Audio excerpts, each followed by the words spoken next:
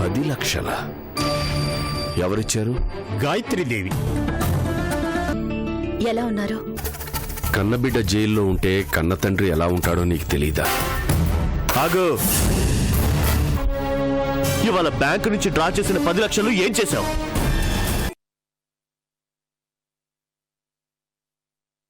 ఆదిత్య, నన్నే పేరు పెట్టి పిలుస్తావా? నిన్ను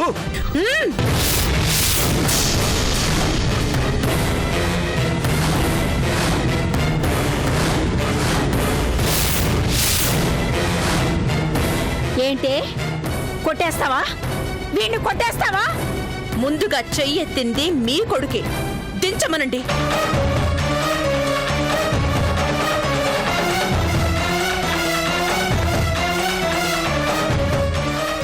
అమ్మో అమ్మో, కట్టుకున్నవాడి మీద చెయ్యెత్తుతావా?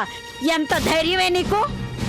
ధైర్యం అనేది బంధాల వల్ల రాదు, నిజాయితీ వల్లే వస్తుంది.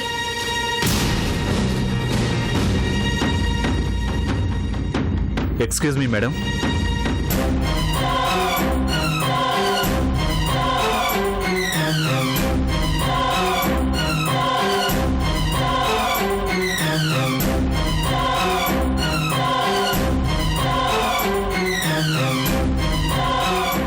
సూర్యని విడిపించడానికి లాయర్ ఫీజుగా మీరు 10 లక్షలు ఇచ్చారట కదా?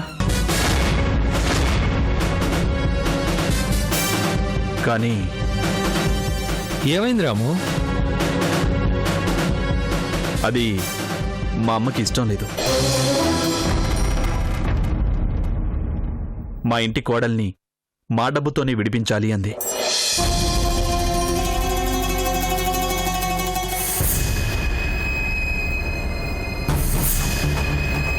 అందుకే సూర్య కోసం మీరిచ్చిన 10 లక్షల్ని తెచ్చాను.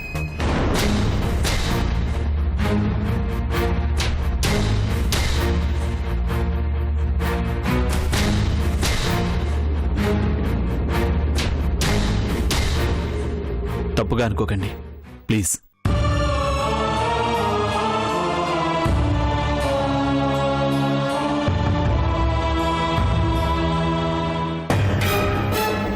చూసావా మమ్మీ, నిజాయితీ.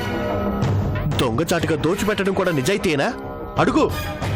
ఏం గాయత్రి, ఇప్పుడేమంటావు?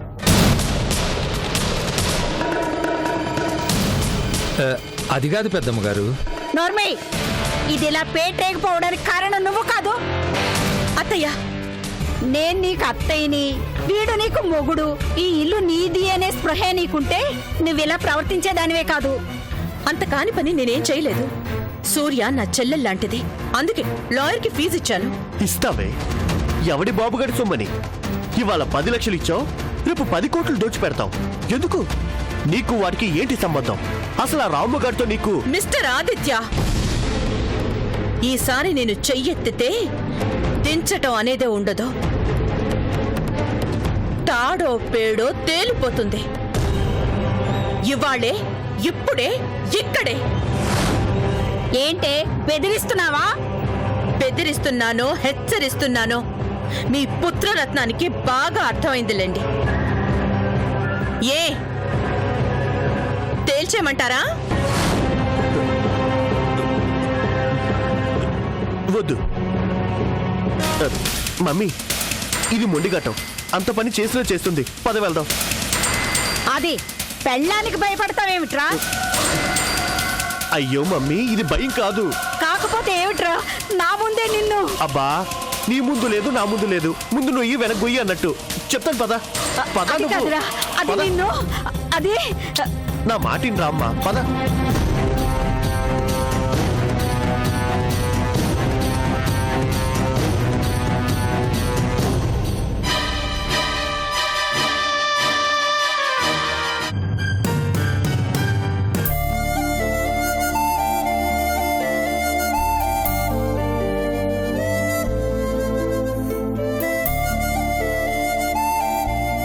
ఇదిగో, నిన్ను చూడ్డానికి ఎవరో వచ్చారు.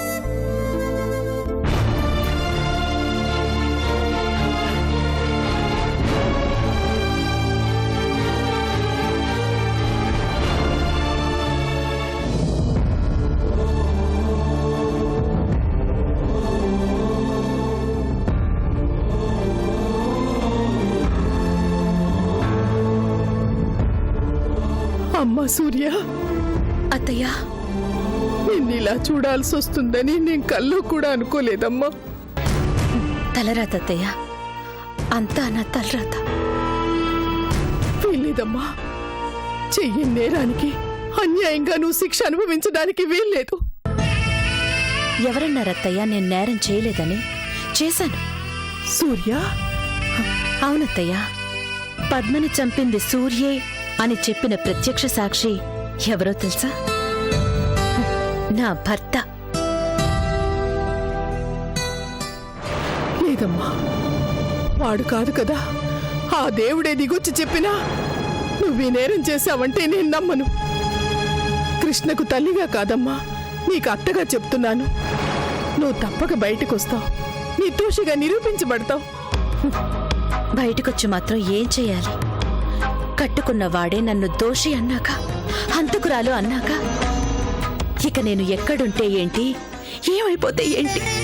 అమ్మా సూర్య, అలా అనొద్దమ్మా. వాడు కూడా జరిగిన దానికి ఎంతగానో బాధపడుతున్నాడు. అందుకేనా ఒక్కసారి కూడా నన్ను చూడటానికి రాలేదు?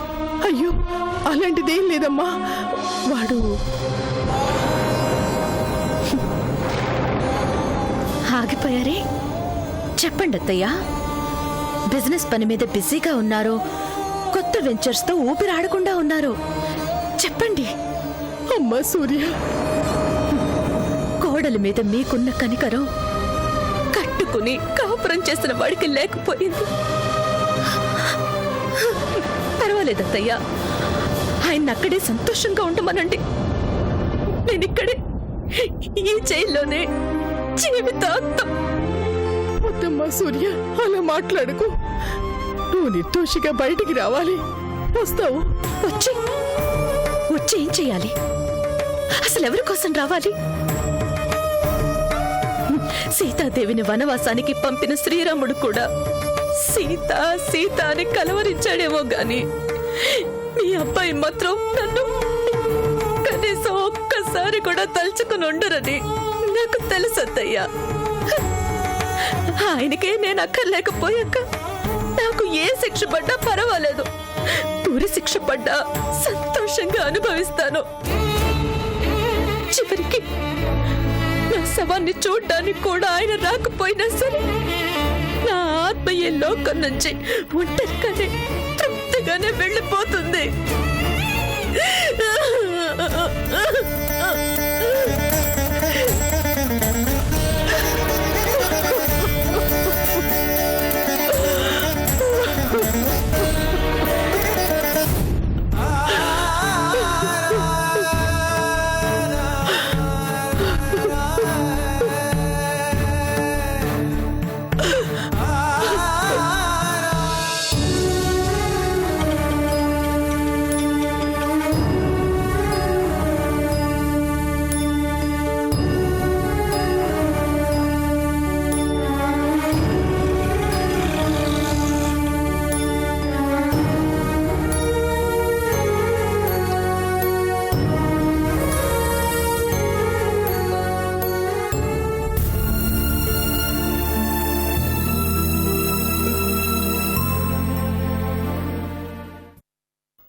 ఎక్కడి నుంచి వస్తున్నావమ్మా?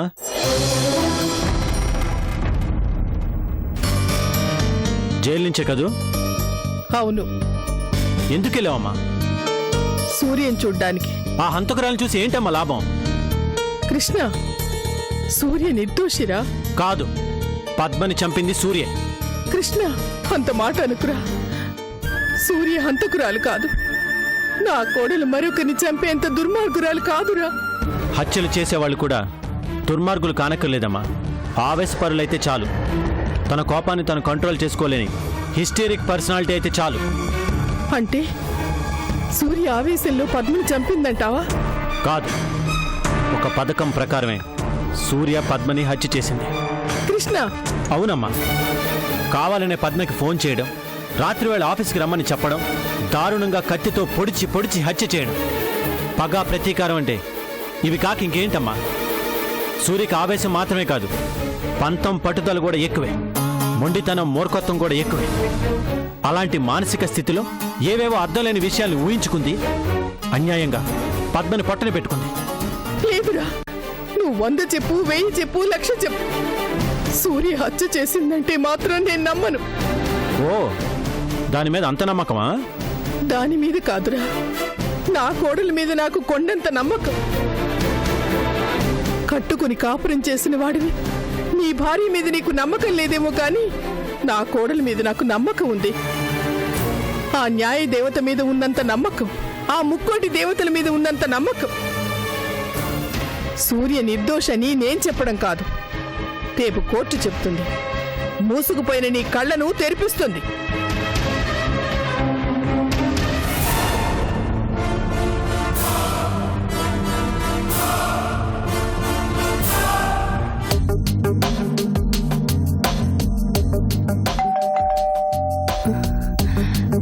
ఆంటీ ఈవేళ త్వరగా వచ్చేసినట్టున్నారే.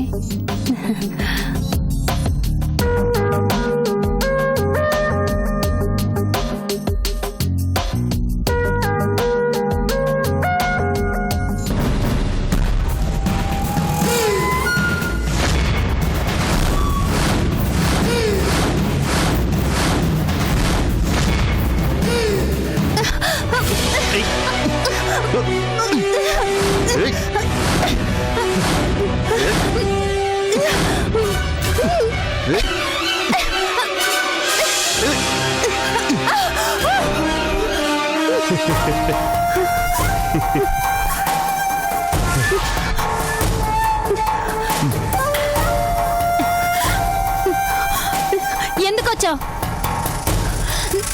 అడిగేది నిన్నే. నిన్నే అంటే ఎవరిని అడుగుతున్నావు? ఆదిత్యనా, కిషోర్నా? ఏంటి షాక్ అయ్యవా? చూడు తులసి, ఇంకా ముసుగులో గుద్దులాటెందుకు? నీకు నిజం తెలిసిపోయింది అని నాకు కూడా తెలిసిపోయింది. సో ఇప్పుడు మనం డైరెక్ట్గా మాట్లాడుకుందాం. ఛీ! నువ్వు చీ అన్నా చా అన్నా పోయిన నీ శీలం ఎటూ తిరిగి రాదు. ఒకవేళ నేను ఆదిత్యని కాదు కిషోర్ని అని నిరూపించినా నాకు జైలు శిక్ష పడుతుందేమో కానీ తులసి చెడిపోయింది అనే ముద్ర మాత్రం చెరిగిపోదు. ఆ రెడ్డమ్మకు వస్తే గిస్తే ప్రమోషన్ వస్తుంది. నిందపడిన నీకు ఈ జన్మకిక పెళ్ళే కాదు. కాబట్టి మనిద్దరం ఒక అండర్స్టాండింగ్ వద్దాం. చూడు తులసి, ఇప్పుడు నేను ఆదిత్యని, కోటీశ్వరుణ్ణి, రంగారావు గారి వారసుణ్ణి. నేను తలుచుకుంటే కోట్ల డబ్బు నా చేతికొస్తుంది. నేను చెప్పబోయే డీల్కి నువ్వు ఒప్పుకుంటే అందులో సగం డబ్బు నీ సొంతం అవుతుంది. ఏంటో డీల్? సింపుల్. నా మీద పెట్టిన కేసుని నువ్వు విత్డ్రా చేసుకుంటావు. అందుకు ప్రతిఫలంగా కోట్ల డబ్బు నేను నీకు అందజేస్తాను. ఎలా ఉంది డీల్? నీ కుళ్ళు బుద్ధిలాగే కంపు కొడుతోంది. తులసి, ఆఫర్ ఇవ్వడానికి వచ్చాను కదా అని అసమర్థుణ్ణి అనుకోకు. ఆ రోజు గుర్తుంది కదా నిన్ను ఎలా టార్చర్ పెట్టానో? నా మాట కాదంటే అంతకి 10 టార్చర్ పెడతాను. ఇక్కడికిక్కడే నిన్ను చంపి పాత్ర వేస్తాను. ఏంటి చంపుతావా? చంపరా, చంపు. నీలాంటి నీచుడితో డీల్ కుదుర్చుకోవడం కంటే నేను చావడమే బెటర్. చంపరా, చంపు. ఏంటి బెదిరిస్తున్నాను అనుకుంటున్నావా? నిజంగానే చంపేస్తాను. రేయ్, ఈ తులసి చావుకు భయపడే రకం కాదురా. ఏ రోజైతే నువ్వు నన్ను నాశనం చేసావో ఆ రోజే మానసికంగా చచ్చిపోయాను. నీ కళ్ళ ముందు నిలబడింది ఓ కట్టె మాత్రమే. రారా, ఈ కట్టెను కూడా చంపి నీ కసి తీర్చుకో. రారా, చంపు. అరే, ఎంత ధైర్యం వచ్చిందో నీకు? బతకనివ్వకూడదు. నీలాంటి దాన్ని అస్సలు బతకనివ్వకూడదు. చంపేయాలి. చంపేస్తాను. ఇప్పుడే నిన్నిక్కడే చంపేస్తాను. వదలరా. వదలు వదలు వదలరా వదలు నాటకాలు చేస్తావే ఆ? వదలరా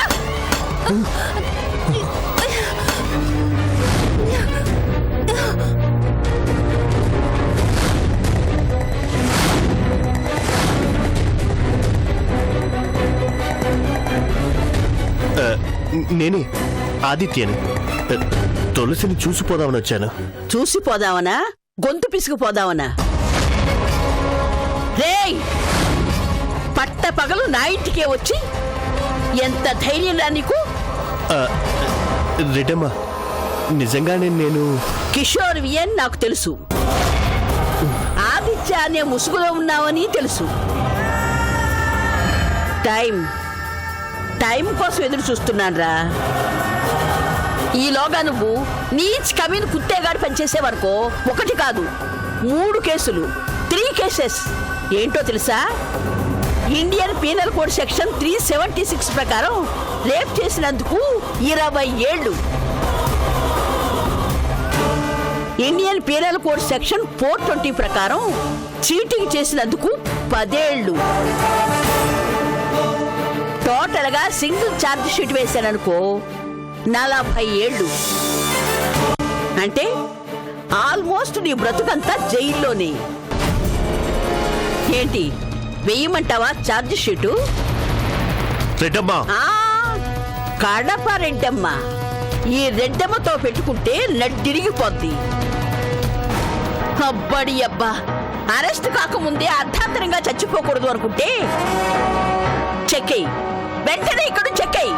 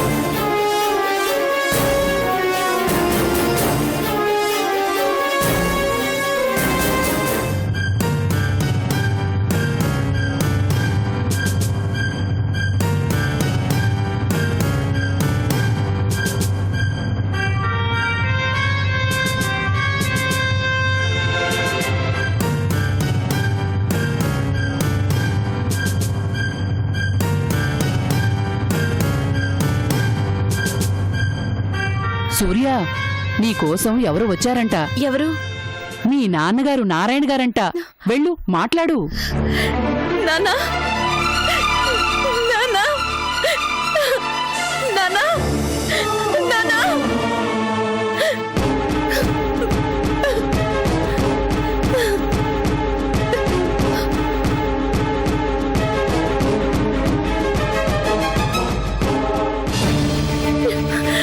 నానా నానా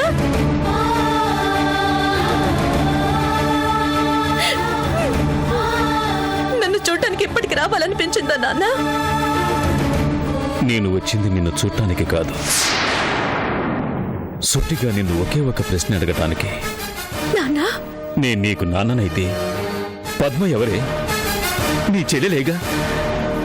నీ కళ్ళ ముందే పుట్టి అక్క అక్క అంటూ 20 ఏళ్ల పాటు నీతో కలిసి పెరిగిన నీ చెల్లెలే కదా. అలాంటి దాన్ని అన్యాయంగా ఎలా హత్య చేయగలిగావు? నీకు చేతులు ఎలా వచ్చాయి? చెప్పు, చెప్పమ్మా. అయ్యో, నన్ను నమ్ము నాన్న. పద్మని నేను చంపలేదు. ఆ సౌందర్యే రుద్రతో కలిసి ఏదో ప్లాన్ చేసిందని పద్మ చెప్పింది. ఛీ, ఇంకా ఎందుకే బుకాయిస్తావు? నా కళ్ళారా చూశాక కూడా ఎందుకే ఈ అబద్ధాలు? ఏం చేసిందే పద్మ? ఏం ద్రోహం చేసిందని అన్యాయంగా దాన్ని పొట్టలు పెట్టుకున్నావు? ఎంత ప్రేమగా పెంచుకున్నానమ్మా నిన్ను. అందుకు నాకు దక్కిన ప్రతిఫలం ఇదేనా? నాన్న, నాన్న కాదు, నువ్వు నా కూతురివే అని నేననుకున్నాను. నువ్వు మాత్రం నన్ను నీ తండ్రి అనుకోలేదు, పద్మని నీ చెల్లెలు అనుకోలేదు. అందుకే దాన్ని నీ కసి తీరా కత్తితో పొడిచి పొడిచి చంపేశావు. అవునులే, చిన్నప్పుడు నిన్ను నీ తండ్రికి దూరం చేశాను. అందుకే నీ ద్వారా ఆ దేవుడు దాన్ని నాకు దూరం చేశాడు.